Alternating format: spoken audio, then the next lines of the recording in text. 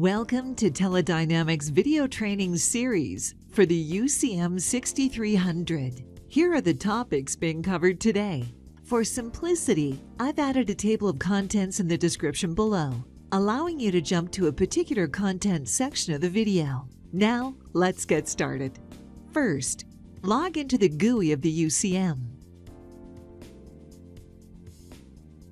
From there, click on the System Settings and then Network Settings. You are now on the Basic Settings page. Here is where you can change how the UCM gets and keeps an IP address. If you need the UCM to be a DHCP server, then your only option would be to use the route method. But for today, I am just covering setting a static IP address using the switch method. There are a few reasons why a static IP address is recommended. One is so the UCM's IP address will never change, and the phones will always register the same SIP server address. Another reason is that if you need any ports forwarded from your firewall to the UCM will always be at the same forwarded private IP address. If you prefer not to set a static IP address for the UCM, another option would be to use a Dhcp reservation for the UCM, which I will not cover here.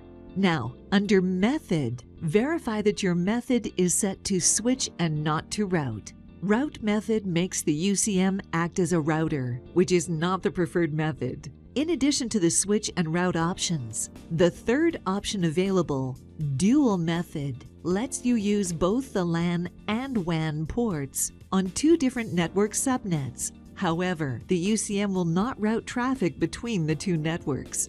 Next, change the LAN IP method from DHCP to static. Fill in the details pertinent to your network environment to include the static IP address, subnet mask, gateway IP, and at least one DNS server. If you have more than one DNS server, then you should also specify the preferred DNS server. Once finished, you will click Save and then agree to the UCM rebooting.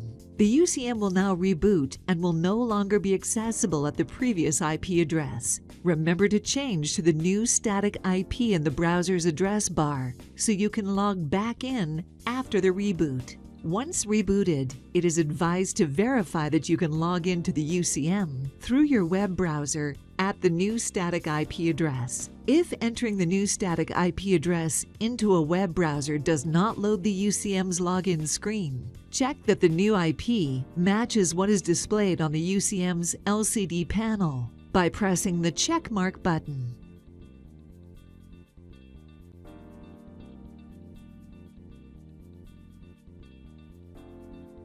If you enjoyed this video, please click the like and subscribe buttons below. The voiceover services featured in this video has been provided by me, Allison Smith, of the IVR Voice. Contact me today for your customized IVR and voice services needs. If you have questions or need additional information about the topics covered in today's video, please contact your Teledynamics salesperson or contact us using the information provided here.